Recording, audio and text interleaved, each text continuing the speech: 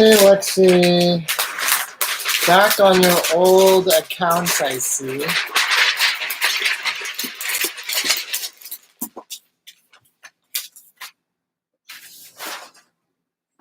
All right, let's start at, so the do now. Hi, Sumaya.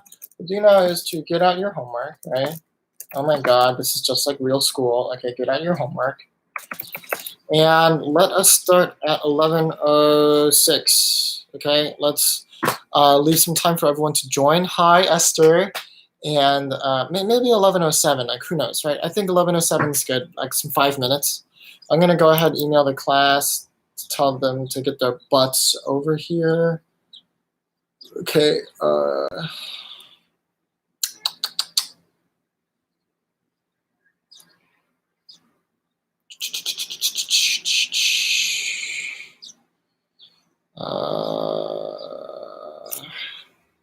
right.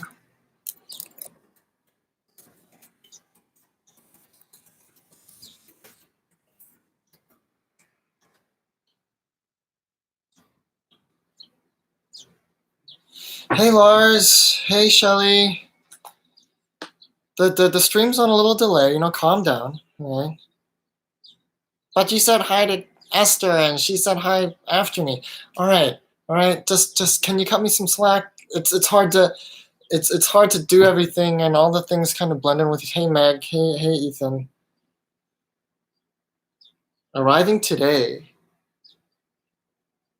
Your package, The Tale of Genji. Yes, I'm looking very much forward to reading that. Okay. Oh, did I? Oh, so I'll be right back. Sorry.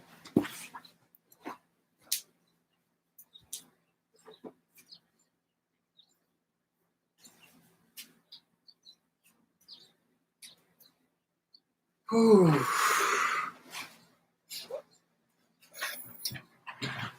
All right, so we'll start at 11:07. That gives us 2.5 more minutes. If you gotta go to the bathroom, whatever. If you have to find the homework, whatever. If you want to take some notes, get out that notebook paper, whatever. If you want to whatever. Okay. This will be pretty short. I feel like the worksheet was pretty straightforward, but I just want to take the time also not only to just go over the solutions, but kind of just take some time to review some key concepts because this is a new unit. Hey, Aaron. Good morning.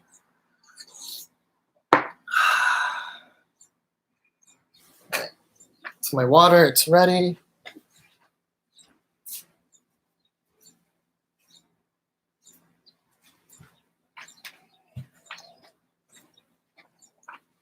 I'm finally using my kettle, Meg. I hope you're happy.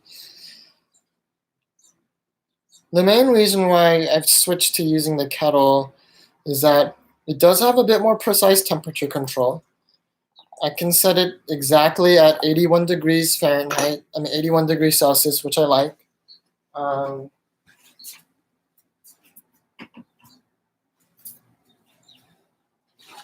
But the main reason is that it's more energy efficient. Right, the amount of energy I use to heat up water from like 0 to 80 degrees Celsius using an electric kettle is a lot less than if the energy I burn on a stovetop, because a lot of the heat on a stovetop goes to the air and it doesn't all stay in the pot, right? So it's a little bit more ecologically friendly. That's why I'm doing that. Also, not only do I use more energy on the stovetop, the energy produces CO2, right? Because I'm literally just burning I'm like burning natural gas. I'm like burning propane or butane. I'm pretty sure it's propane. Butane. I'm not sure. No, it can't be. Not really sure either one. But I'm burning a gas and I'm creating a lot of CO2. Whereas when I use electric energy to heat the water, there's a chance that energy was coming from a power plant that creates its own CO2. But if that is the case, it's less CO2 than what I'm doing. And also, I pay for this service that kind of makes my electric bill a little bit more expensive, but it kind of guarantees that it's coming from clean power. So there's that too. Anyways, we have 20 people. It is now 11:07. So let's go over the solutions, okay? So, oh no. Alexi, what's wrong? Is this something you ate? Are you sick? Hey, Josephine. Hey, Siddharth.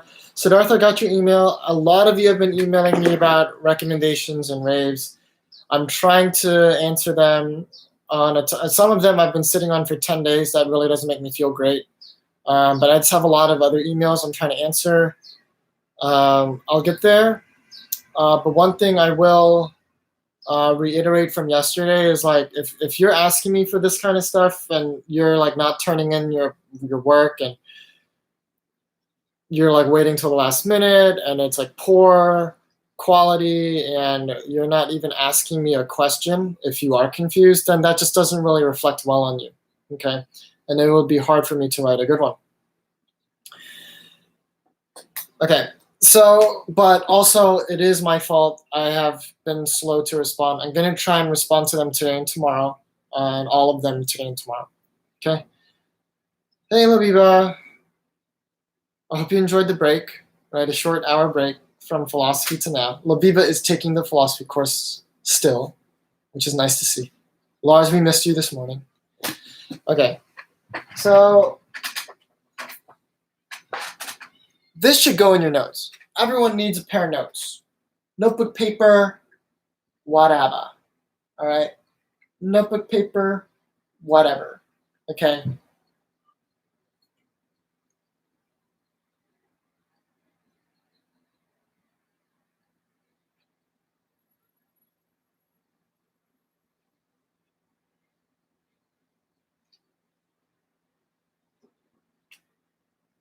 And here's what I'm going to draw.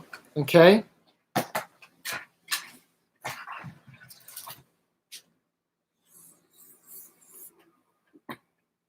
All right, here's a basic wave.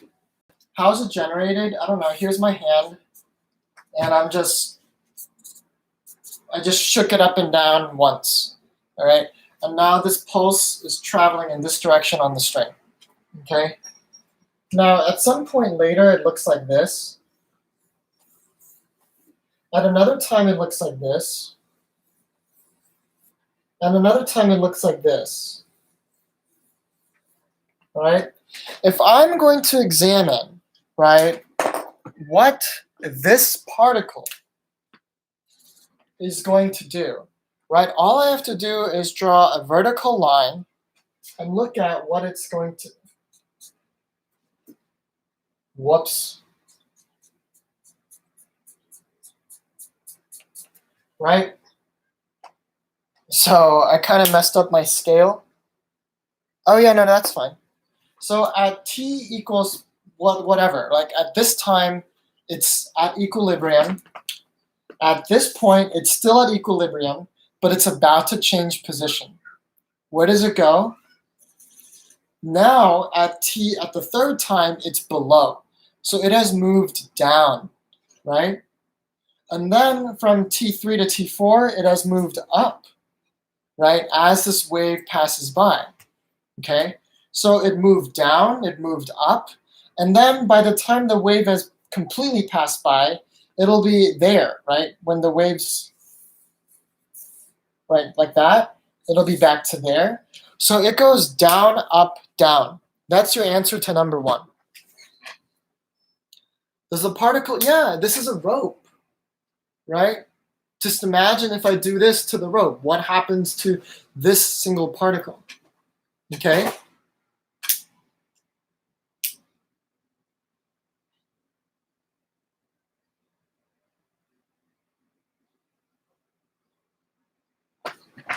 I promise all of you, okay? Hey, look at me. Look at me. Who's seen Batman, The Dark Knight? My favorite rendition of the Joker is in that movie. It's very dark, but I think Heath Ledger does an incredible job. And I think one of the scenes that has really stuck with me is like when he's like with this wannabe Batman, and He goes like, look at me. He like grabs his face and he's, look at me.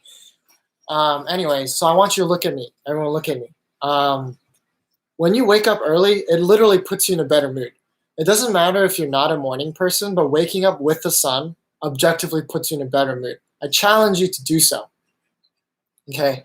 And try to stay awake. Try to get on a good sleeping schedule. It's really not as easy. It's really not as hard as it sounds. It's really not hard because it's hard to sleep early. Okay? So the way to fix it is to force yourself to wake up early. Set a very early alarm. And if you keep waking up early, then your body's going to naturally want to fall asleep early. Okay? That's the key to becoming a morning person. It's not sleeping early, it's only waking up early. And sleeping early will follow. I promise. Okay? But you have to consistently wake up early, and don't take naps. Wake up early and just stay up as much as you can. You're eventually going to start falling asleep early. It feels good. It really feels good. Why does it go down first? Aaron, imagine as this pulse goes down. As this pulse travels to the left, I've tried to illustrate this as clearly as possible. Okay. As this pulse travels left, this part of the wave hits that particle first. That particle will dip down. Right? That's the first thing the particle does. It reaches this point as the wave passes by. Then as the wave passes by this much, it'll be at equilibrium. And then at some point later, it's going to be at the very peak. Okay?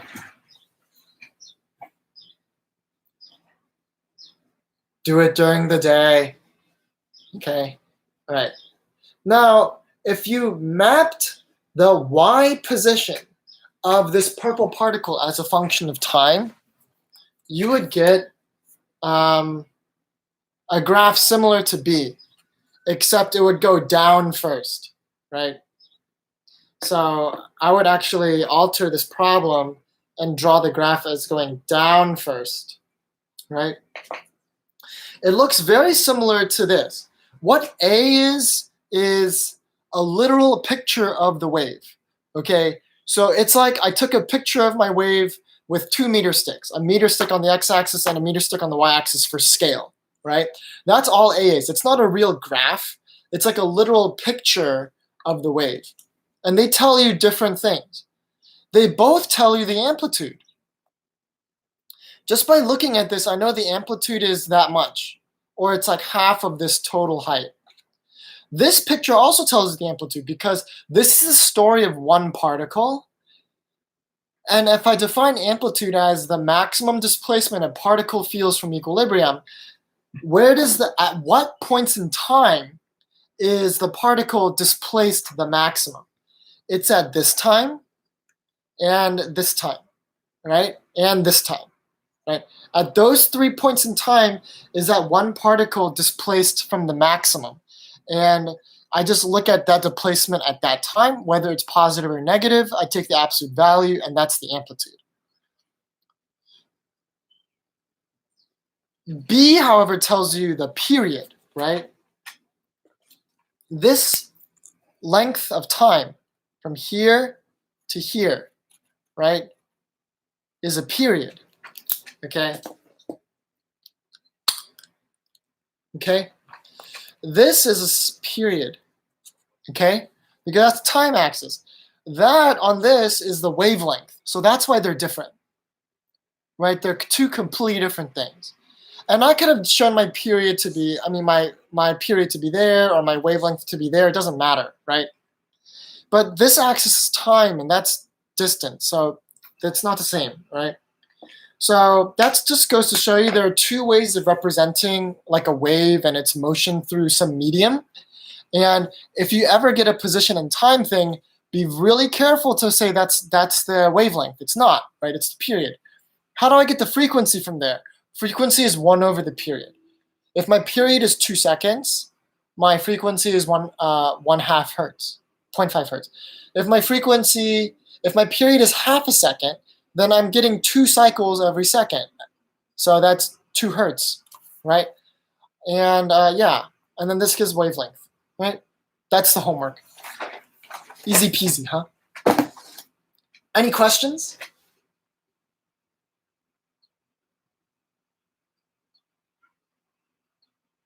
Because if not, we can end this, and we will start the second lecture, which deals with like the most critical formula of waves, and it's going to shape everything we're going to do for the 3 weeks after this. We're going to learn that tomorrow, so get pumped for that. It's called the wave velocity equation, if you want to get a head start. Right? But don't get too hung up on like how to use it and stuff, because what we're going to do tomorrow is derive it and see like why it's important. Okay? All right. With that, I want to wish you a happy rest of the day. I'm going to try and answer some emails now. Okay?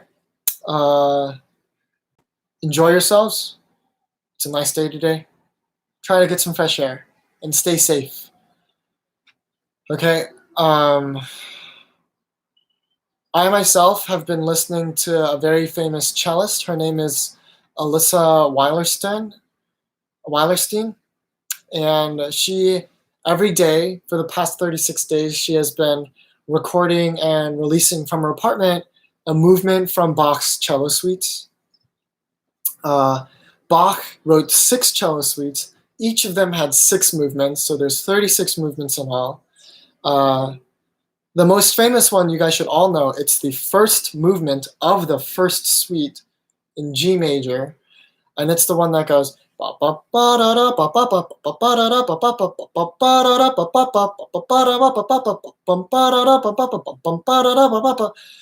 It's really great, but today marked her 36th day of doing it, so it's done, and I'm really sad.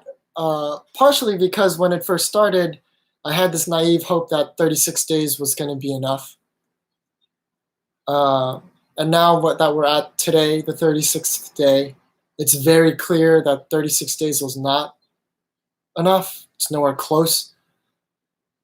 So I'm sad about that my hopes are dashed, and I'm also sad that Bach didn't write more suites to help fill the rest of our days. Yeah, it's sad. But we're in this together. Make the most of it. Take a walk away from other people. Okay? Have a great day.